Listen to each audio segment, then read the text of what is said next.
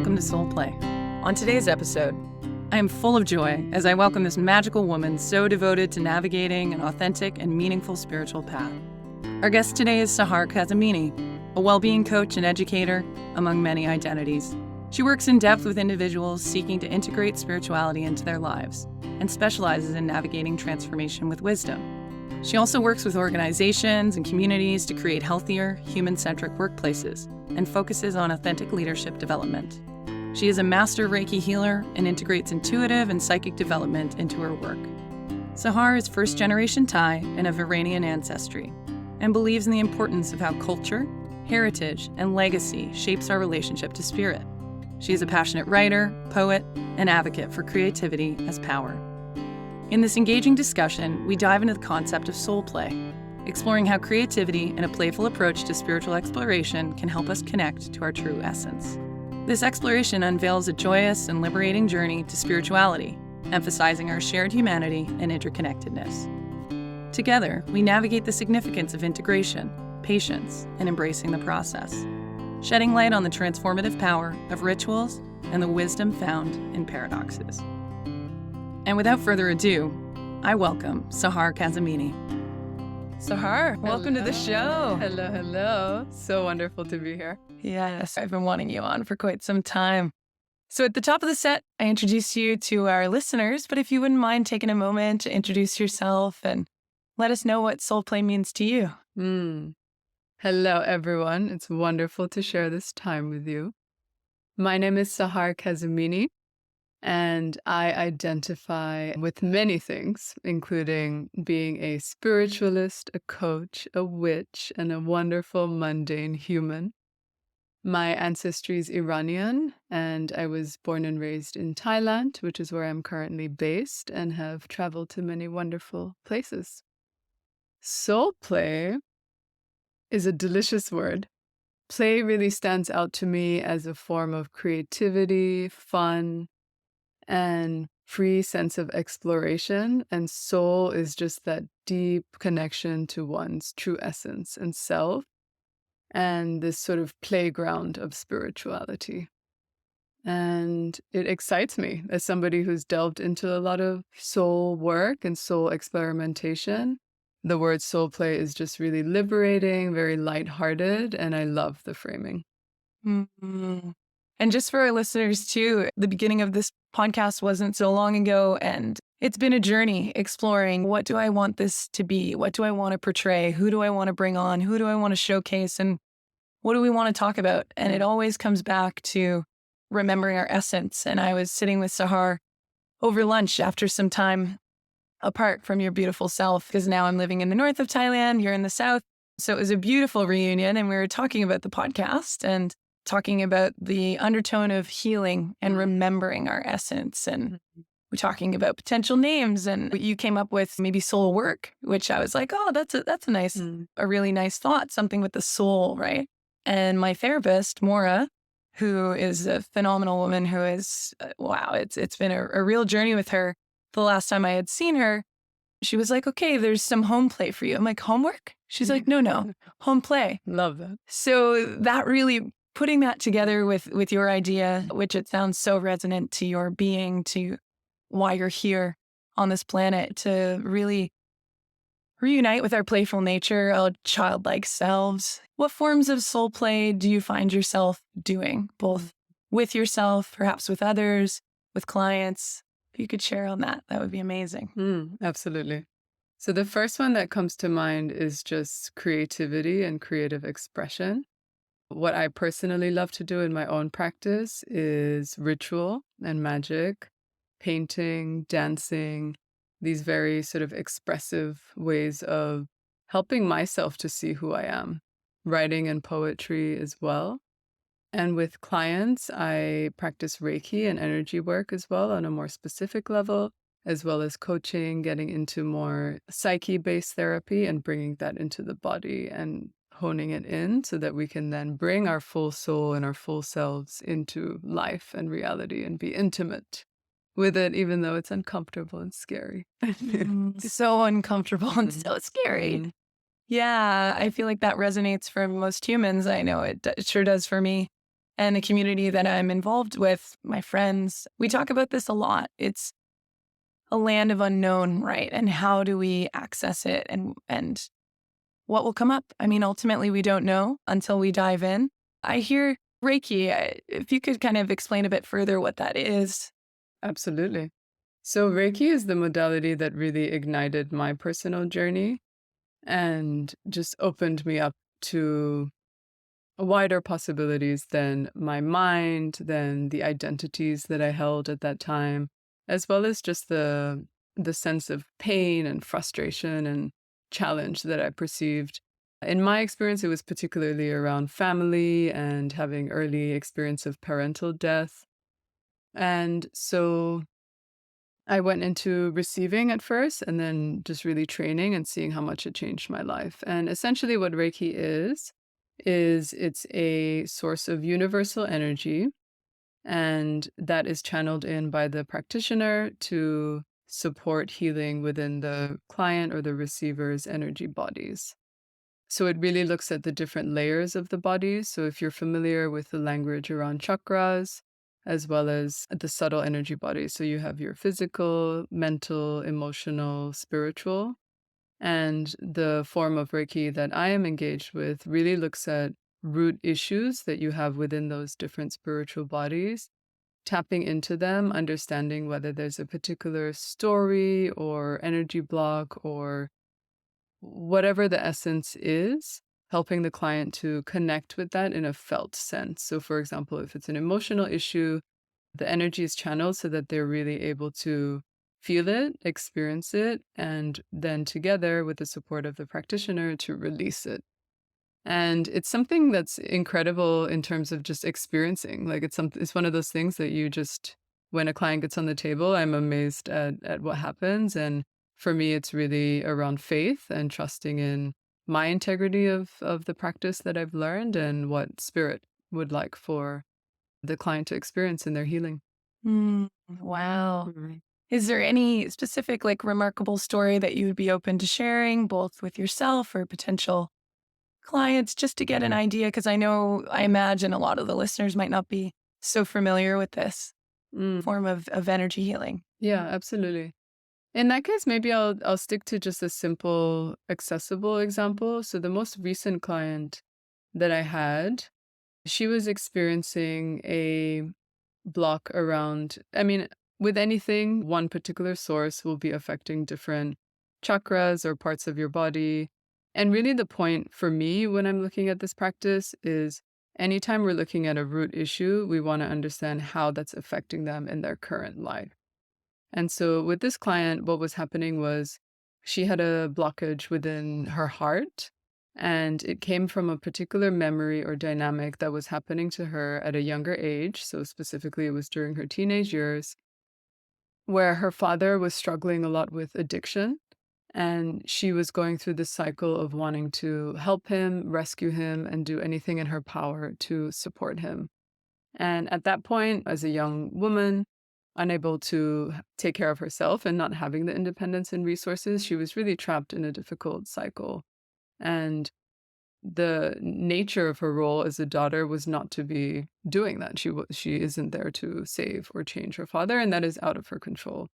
And essentially, where it became relevant was it was affecting her relationships now with men romantically, as well as work, actually.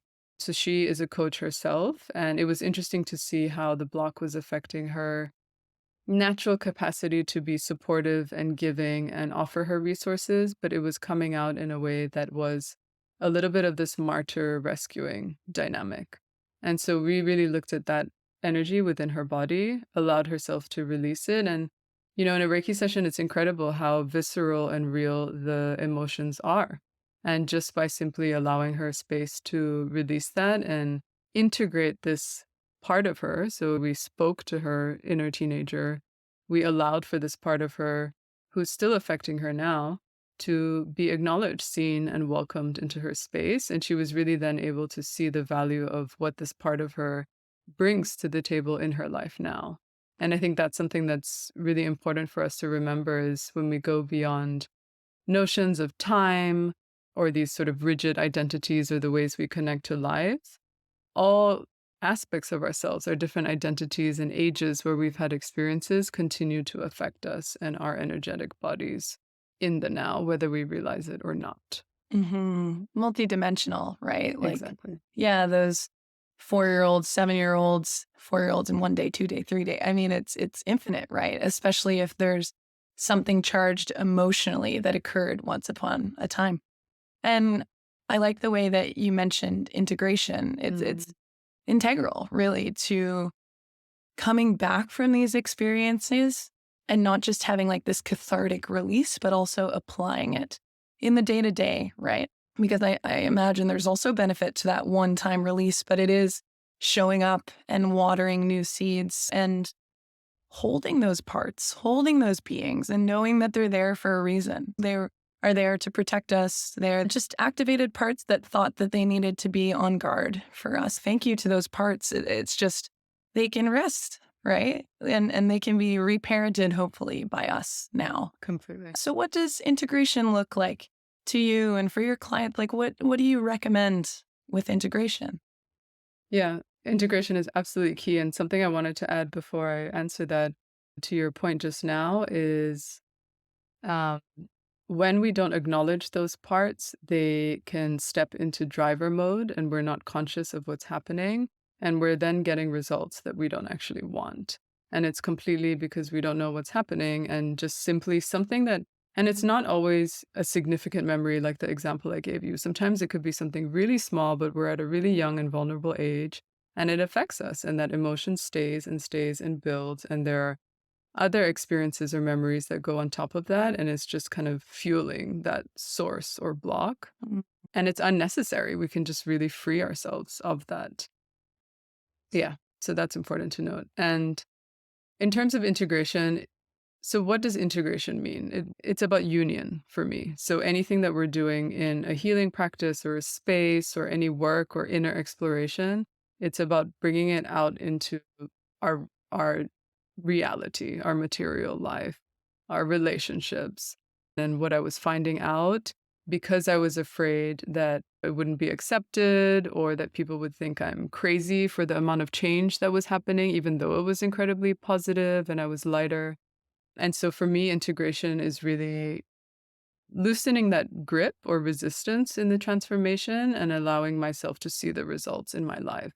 And I think the word practice is also really key. So it's not just about having one particular cathartic experience, because that can also become an addiction. I see that as well as like this need for that healing fix or that release that comes with this idea that we're improving. But it's actually what I find the more I go deeper into healing or spirituality, it's just becoming very mundane and very human. As much as this other part of me hates hearing that, right? Because I want to get to this whatever idea of a particular space that is otherworldly. But actually, integration for me is really bridging whatever we understand about the unseen or spirit to just ourselves. And that actually we are human, just like everybody else. We have these shared universal experiences just like everyone else, even though we may not always see that or go through these triggering experiences. Thank you for sharing. I think that's imperative to remember in a world where there's so much separation and isolation, to really remember that we're not in this alone. And the more that we speak up in our insecurities, the more that we feel connected with others. I hear that fear that you expressed of like showing up in your truth and your humanness and your mundaneness and showing up in your healing and in your remembering of your own essence, right? Like having these experiences which are clearly expansive and allowing you to grow spiritually. Yet there's hesitation to express and share that sometimes. It's scary, and I can't speak to your background, but I know for my own, this was not a topic of conversation. And so I really think that we're also here to break cycles that aren't serving us. Absolutely. Absolutely. And a word I want to drop in there is process. So I was just having this conversation with some friends earlier around patience and this tendency that's very normal for us to want to jump to the outcome or the goal or the art piece or the healed result or whatever we think we're getting to. And I see the more I've gone deeper into my path, I really gain this appreciation for process and just enjoying the play. We are here just playing. We are here exploring, and really there's just getting to death, and there's no particular result or outcome that we need to finally get to where we're going to feel whatever we think. It's like, how can I make the full experience within this particular moment? How can I bring my whole self and most integrated self here now, without waiting? And I think that's something that I see so much of my past selves is this idea we're sold around milestones, right? It's like getting to the next whatever that's going to make me feel more acceptable to society, or and where, I'm going to achieve this thing, where I'm going to be good enough or accomplished enough in my career. And actually what I find, the deeper I go with spirituality, the more this kind of artistry comes out in me, and like just embracing the creative process with life. And life is the masterpiece itself. Whatever our particular personality or lifestyle or story is, we're just playing with the other. And the more lighthearted we are, the more beautiful that experience really is. Brilliant. Yes. And these timeless expressions of it's about the journey, right? Not the destination, synonymous with process. And also remembering that nothing is permanent. So these instant gratification moments of like achieving something that you think you wanted. And if you explored a bit further, like who wants that? Whose box are we ticking sometimes if we're constantly seeking outward and grasping for societal accomplishments? It's remembering that we are worth our time and exploration to actually land into our own truth and how we want to explore. There's many, many different forms of soul play. And thank you for sharing about Reiki. Thank you for sharing about this integral aspect, which is integration. And you were mentioning at the beginning of the show some words on magic. You claim to be a witch. I know you. I can affirm such things.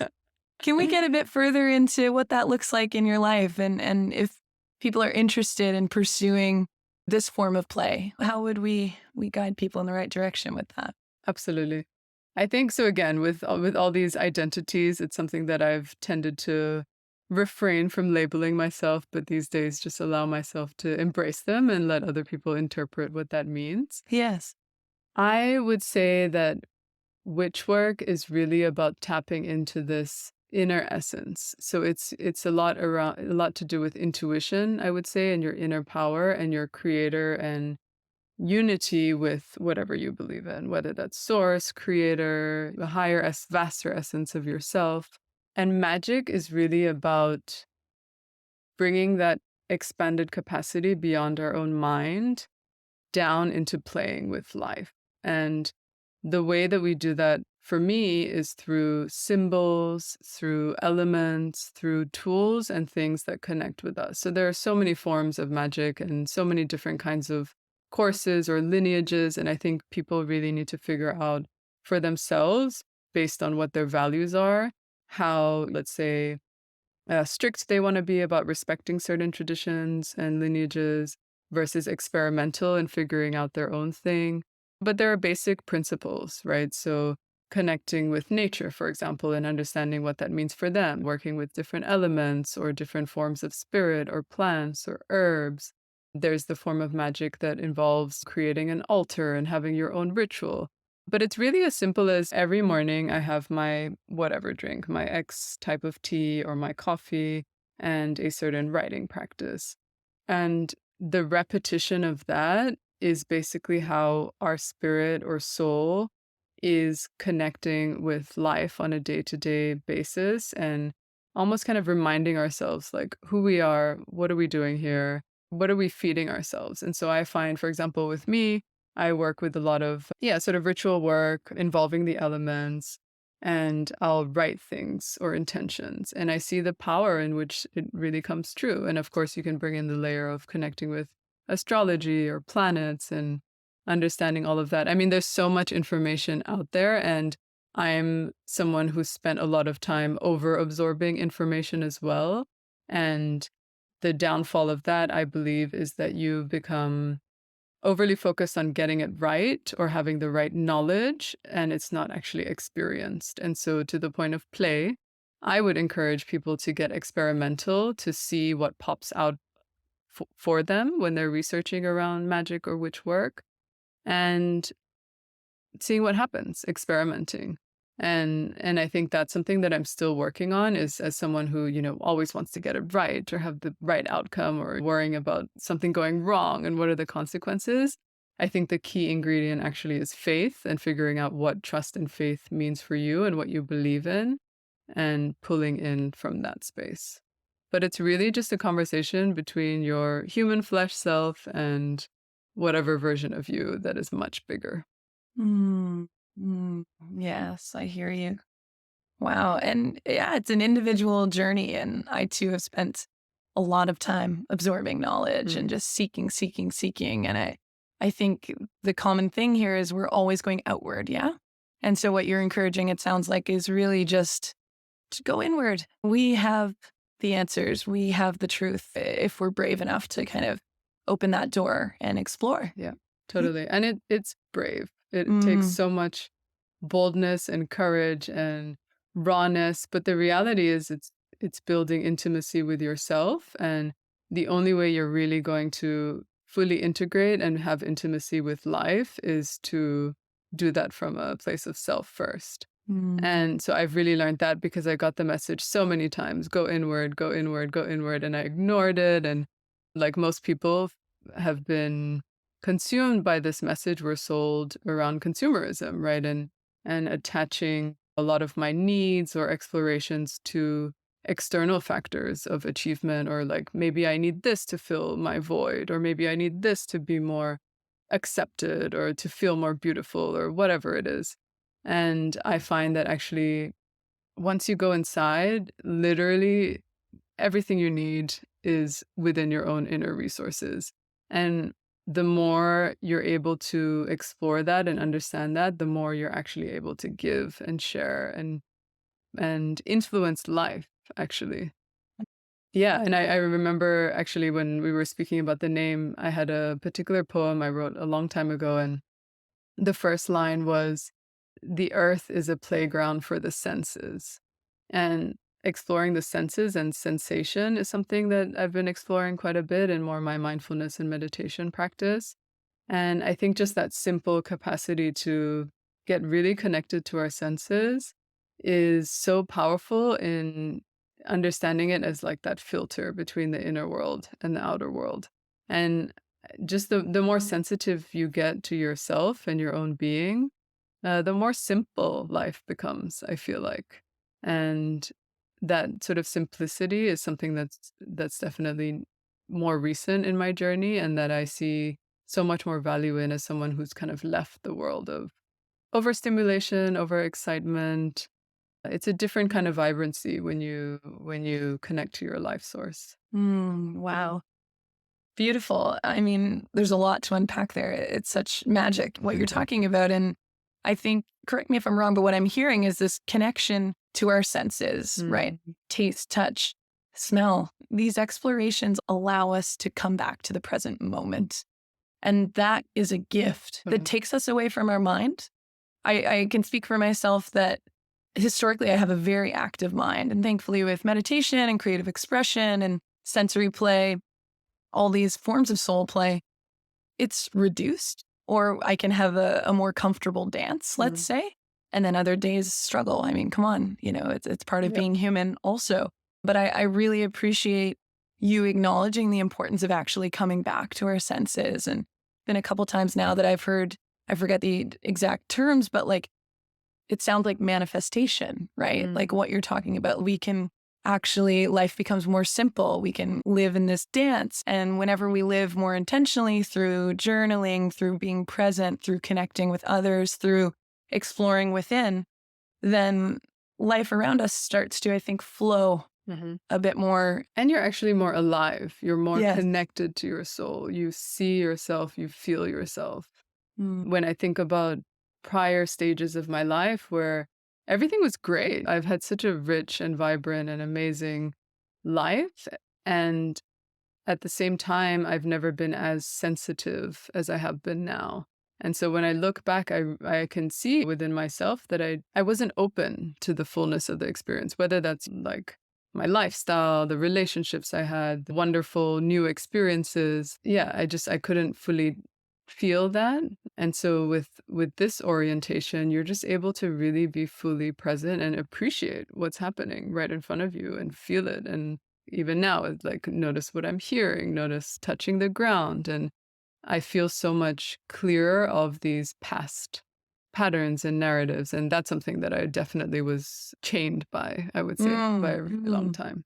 It's just like completely taken over by judgments and voices and masks of other people that I wasn't connected to my soul. So your journey, it sounds like Reiki was a beautiful starting point. And from there, you've talked about other forms of play that you've explored. Is there anything that you can share along the lines of being this mundane human coming back to self, that it's not all roses and butterflies and rainbows? And I think having that image is also quite an illusion. Of course it's not. We are human beings, full spectrum beings who experience deep sadness, despair, grief, bliss, joy, everything in between, right? So what is that journey like for you? And what do you call on whenever you're having difficult times? Oh, big question. Right. Relatable. If I get really honest with myself, it's really about trust. I do believe that we are so ultimately safe and supported by life. Even when I think about the times where it's just been painful and traumatic and tragic, and as a highly emotionally dramatic person, I fully allow myself to just experience it and embrace it, because what I understand is the more we allow it to move through us in the moment, the more free we are then to be present again to this one. And I struggled for a really long time with this belief of going crazy or losing my mind and getting too spiritual. And, this kind of what I find is a very cyclical and pattern-based way of living is really different from, I think, the mainstream narrative of life being very linear and milestone-based and being very stable, which, of course, those things are important, but there is also a natural way in which nature works. And when I really look at my life, there are patterns of emotions and experiences. And I used to have the tendency to really resist and push away the negative, difficult ones. Like, why have I caused this particular wave of depression and anxiety? Or like, why am I experiencing this so much? What did I do wrong? Very shame-based and punishment-oriented relationship to life. And now what I'm really practicing is, can I be open to all of it? Because this is life. All of it does exist. Again, to the point of sensation, something that I'm really exploring is thinking of life as art and this, let's say, incomplete painting or masterpiece. And there's so many different textures and tones to explore. And it's just my mind's need to label something as like terrible. And if I allow myself to sort of detach and move away from it a little bit, I'm able to really embrace that fully. Of course, on the day-to-day, that can be hard, and I'm completely judging the experience. But even just these last few days, I've really allowed myself to expand into that gratitude of all these judgments I had against, for example, my family or loved ones or exes or places and jobs that were so frustrating.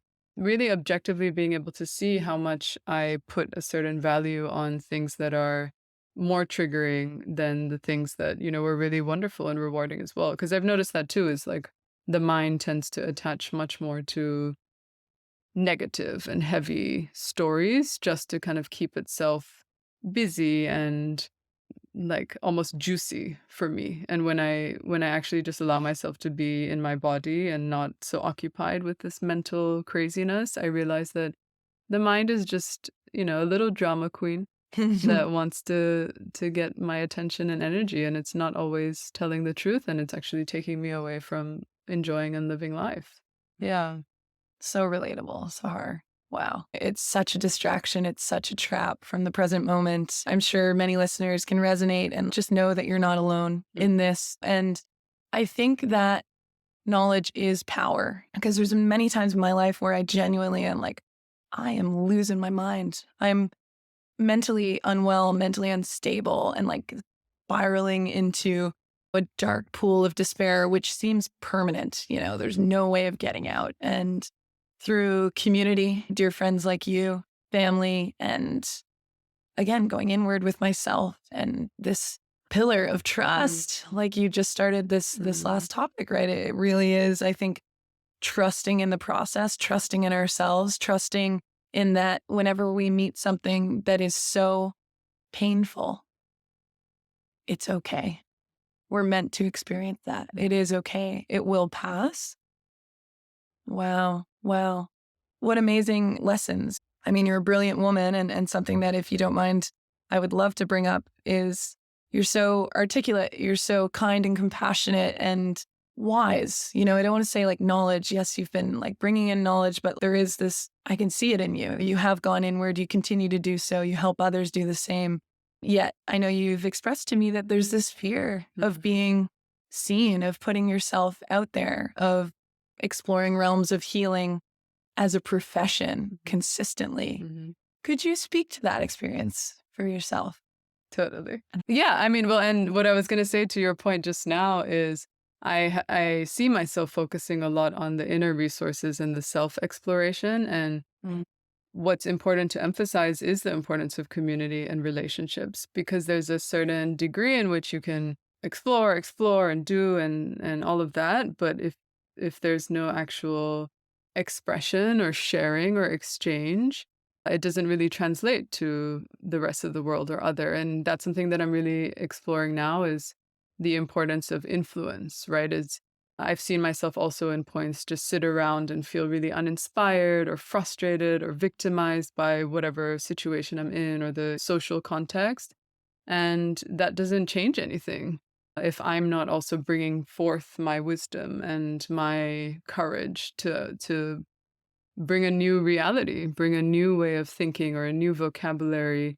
Also, though, in an experimental way, because I've struggled with that for a long time too, is people are going to think I'm way out there or too crazy or whatever it is. And yeah, definitely the being seen aspect is a huge part of that. And it's something that I see myself transforming through, though, which is great, and just embracing more aspects of my personality. And that also comes with being able to accept that we are fluid beings, that I hold a lot of different identities, and people are going to connect with that in different ways. For example, the way that I relate to you, Sarah, is going to be different from how another friend of yours may relate to you or perceive you. And so for me, it's been really allowing myself to step into this professional identity or persona as a little bit of an avatar, but with integrity based on the knowledge and experience that I have. And really, this word surrender has been alive for me again, too, is I really see it as allowing a larger intelligence, a larger force that is in service to the person I'm here to support. And it's not about me. But of course, this little ego of mine, yeah, I want to be perfect and I want to be seen as whatever. And that's totally getting in the way. And it's been something that I've seen myself stuck in for long enough. And it's interesting to just see how that's shifting and transforming and just giving myself permission to fuck up too. That's fine.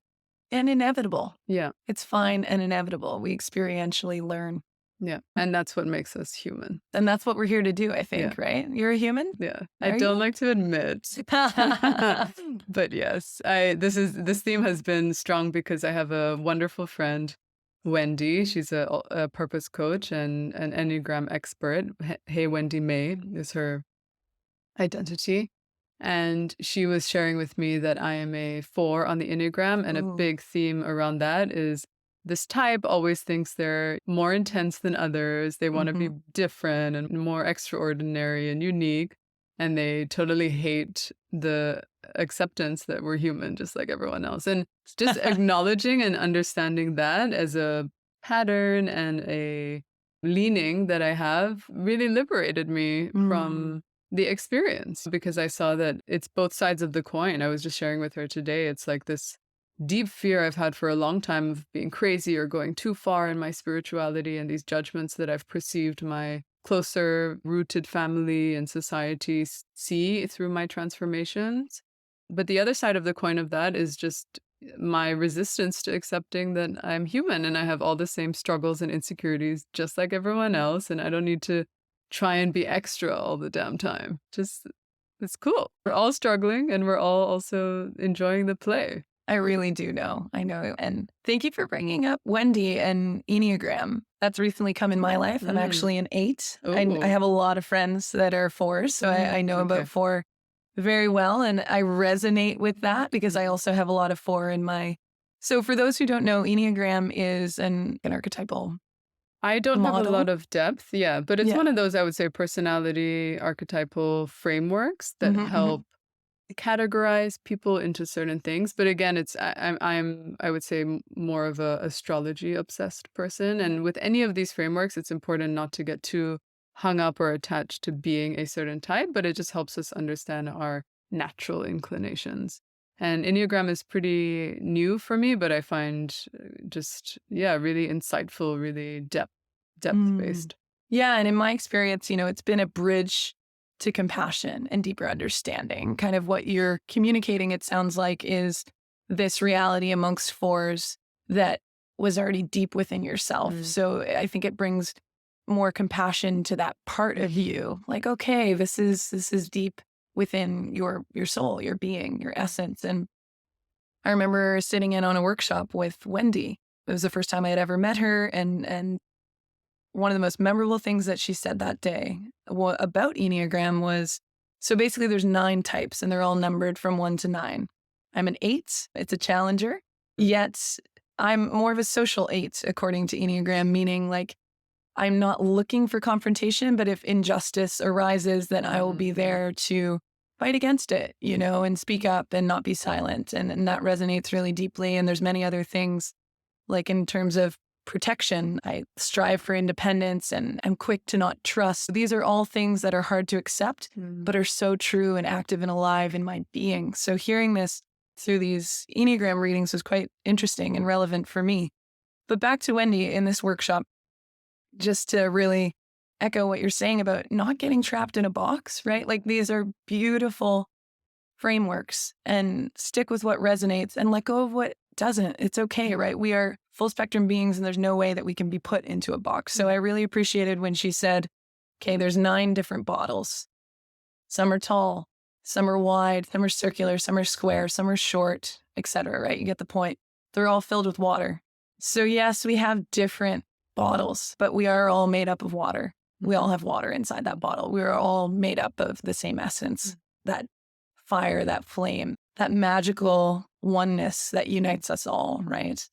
Oh, I appreciate how that came up. Yeah. And just one word to drop in there that I've come to love is paradox in the context of, when, we spoke about integration, and it's a little bit of a mind fuck, but paradox is such a present aspect of reality and this journey that I think is really important to embrace.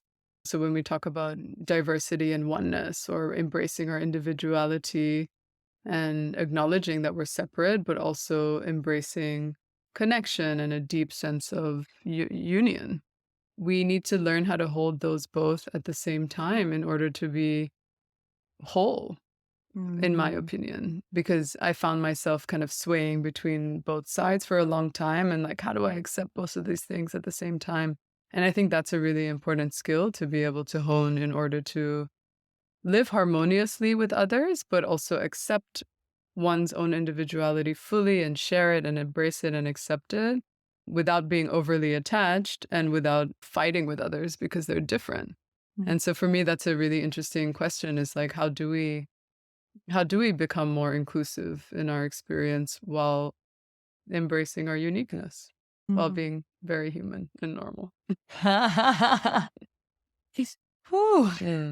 Wow. Yes. I think it's so valuable in spiritual development. We have to see the pendulum swinging and acknowledge these paradoxes. And it's mind melting too, to really even comprehend, but also letting go of this need to Mm. understand everything Oh, I know that and one. to analyze everything and What's think and why? claim that we have an answer Yeah. to everything. Yeah. I mean, we are primitive, I think, Mhm. when it comes to the cosmos and everything further.